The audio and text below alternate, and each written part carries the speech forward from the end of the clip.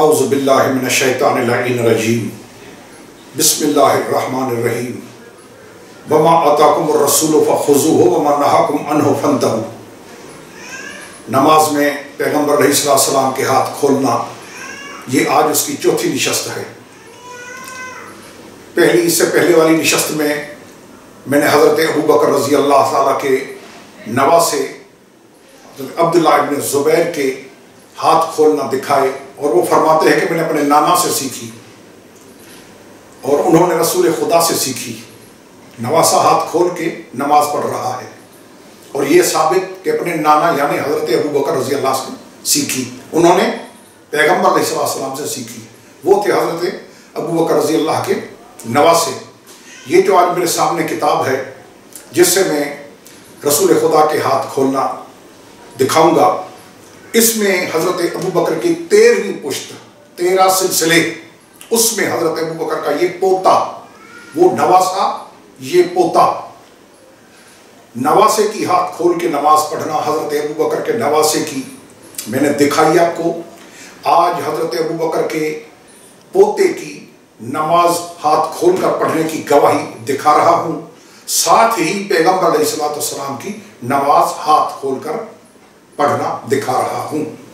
یہ کتاب ہے عوارف المعارف، شیخ الشیوخ حضرت شہاب الدین سہروردی، ترجمہ حضرت شمس بریلوی، پروگریسو بکس انہوں نے چھاپی ہے، صفحہ نمبر 488۔ کیا لکھ رہے ہیں؟ یہ بات قابل توجہ رہے کہ وہ نواسے تھے، یہ پوتے ہیں۔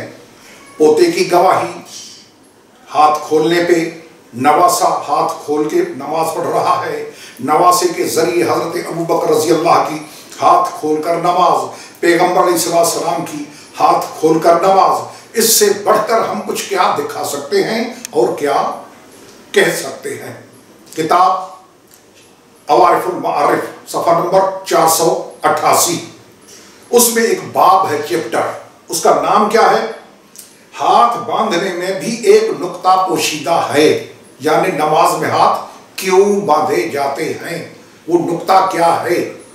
وہ لکھ رہے ہیں ہاتھ باندھنے میں جو نقطہ پوشیدہ ہے وہ یہ ہے کہ اللہ تعالیٰ نے انسان کو اپنی لطیف حکمت کے ساتھ پیدا کیا ہے اور اس کو شرف و بزرگی بخشا ہے، اس کو اپنی توجہ کا محل وحی کا مورد بنایا ہے، اس کو زمین و آسمان میں اس طرح برگزیدہ بنایا ہے کہ اس کو یہ بزرگی روحانی بھی ہے اور جسمانی بھی، کیونکہ یہ عارف قسم کا آدمی تھا تو اس نے وہ عرفان اور طریقت والی زبان استعمال کی ہے۔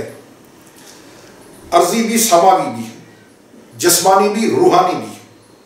انسان کو اس نے اپنی حکمت سے راست قد یعنی چوپاؤں کے خلاف کھڑا ہوا، بلند و بالا بنایا ہے، دل سے لے کر اوپر تک۔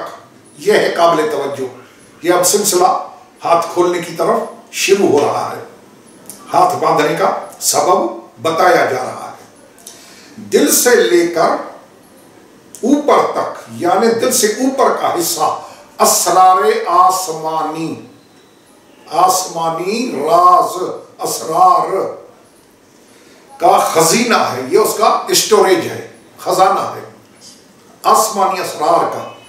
اسی طرح روحانی جذبات نفس کے جذبات کے مقابلہ اور محاربہ میں مصروف رہتے ہیں۔ اس تصادم اور جنگ کی وجہ سے فرشتوں اور شیطان کے اثرات کی کشمکش جاری و ساری رہتی ہے۔ یہ مقابلہ اور کشمکش نماز کے وقت زیادہ شدید ہو جاتی ہے۔ لڑائی شیطان کے ساتھ، نفس کے ساتھ جنگ اور نماز میں اور بڑھ جاتی ہے، چونکہ یہ اوپر والا حصہ آسمانی رموز کا ہے، اسرار کا ہے، نیچے والا نفسانی ہے۔ اب اہل علم سمجھیں گے کہ میں کیا کہہ رہا ہوں، یہ کیا فرما رہے ہیں کہ نیچے والا حصہ نفس شیطانی، وہ وہاں کی بات ہے، اوپر والا رحمانی جو نتیجہ نکل رہا ہے، ٹھیک؟ اس وقت ایمان اور طبیعت میں کشاکش پیدا ہوتی ہے نماز میں۔ اس وقت نمازی کا دل جو سماوی بن گیا ہے فنا اور بقا کے درمیان آمد و شد میں مصروف ہوتا ہے، چونکہ نفسانی جذبات اپنے مرکز سے، یہ تو ہوا اوپر والا نا، وہ مرکز کون سا ہے؟ نفسانی جذبات کا وہ کون سا ہے؟ ٹھیک، نیچے والا حصہ، یعنی نیچے والا جذبات اپنے مرکز سے اوپر کی طرف صعود کرنا چاہتے ہیں، یعنی گندے خیالات، شیطانی وساوس وہ نیچے سے اوپر آتے ہیں، یہ ان کا مقصد ہے۔ اور اعضاء و جوارح ان کا باطنی کیفیات و تصرفات سے ایک طرح کا تعلق ہے، اس لیے اس وقت دائیں ہاتھ کو بائیں ہاتھ پر رکھ کر گویا نفس کو مقید بنا لیا جاتا ہے، نفس کو قید کیا جاتا ہے۔ ہاتھ باندھنا نفس کو قید کرنا ہے، یہ قابل توجہ بات ہے۔ ٹھیک، آگے وہ کھول کرے گا، وضاحت کرے گا کہ ہے کیا۔ اور نفسانی جذبات کو صعود سے روک دیا جاتا ہے، ہاتھ باندھنے سے نیچے کے نفسانی خیالات کو، گندے خیالات کو روک لیا جاتا ہے، یہ ان کا بریک ہے۔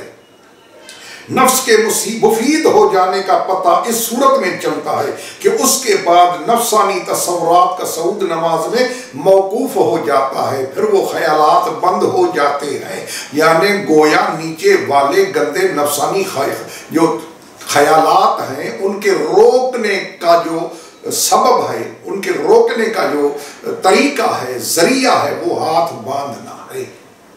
اس لیے اس وقت نمازی ہاتھ چھوڑ دیتا ہے، کب؟ یعنی جب وہ وسوسے نفسانی ختم ہو جاتے ہیں، اوپر آنا، تو اب باندھے کیوں جاتے ہیں اور کھولے کب جاتے ہیں؟ جب نیچے والے وسوسے نفسانی ختم ہو جائیں۔ لکھ رہے ہیں کہ نمازی ہاتھ چھوڑ دیتا ہے، یہ شاید اس وجہ سے ہو، وجہ بھی بتا رہا ہے کھولنے کی، کیوں؟ اسے کہ اس نقطے کی تائید اس روایت سے ہوتی ہے، حضرت ابوبکر رضی اللہ کے پوتے، وہ نواسے، یہ پوتے، اس روایت سے، کون سی روایت سے ہوتی ہے؟ کہ جو رسول اللہ صلی اللہ علیہ وسلم سے نقل کی گئی ہے، بے شک رسول اللہ صلی اللہ علیہ وآلہ وسلم ہاتھ چھوڑ کر نماز پڑھی۔ یہ مذہب امام مالک رحمت اللہ علیہ کا ہے، یہ بھی ساتھ بتا دیا کہ رسول نے تو ہاتھ کھول کے نماز پڑھی، لیکن بعد والے جو اہل سنت کے 4 امام ہیں، ان میں جو امام مالک ہے اس کا مسلک ہے ہاتھ کھولنا نماز میں۔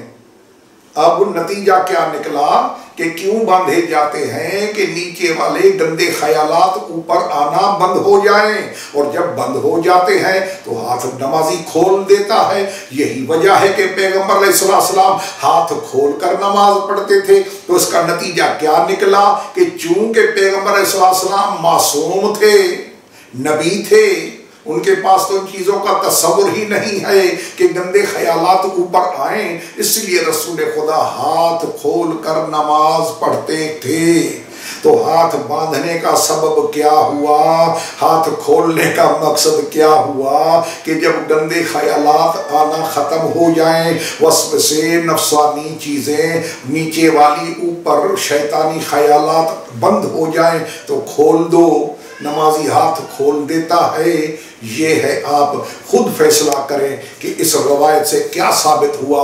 رسول خدا علیہ السلام کی ہاتھ کھول کر نماز پڑھنا، حضرت امام مالک کی ہاتھ کھول کر نماز پڑھنا، اور جب نیچے والے خیالات گندے اوپر آنا ختم ہو جائیں، مقید ہو جائیں، قید ہو جائیں، وہ صعود، وہ پرواز، وہ فلائٹ بند ہو جائے، تو اس کے بعد وہ کھول دیے جاتے ہیں۔ خداوند عالم محمد و آل محمد علیہ السلام کا صدقہ، اللہ کے قرآن، مصطفیٰ کے فرمان، اہل بیت کی تعلیمات، اور جو بزرگان ہیں ان کی تعلیمات، ان کو سمجھنے کی اور ان کے عمل کرنے کی توفیق عطا فرمائے۔ سبحان ربک رب العزت عما یصفون والسلام علی المرسلین والحمد للہ رب العالمین، والسلام علیکم ورحمۃ اللہ وبرکاتہ۔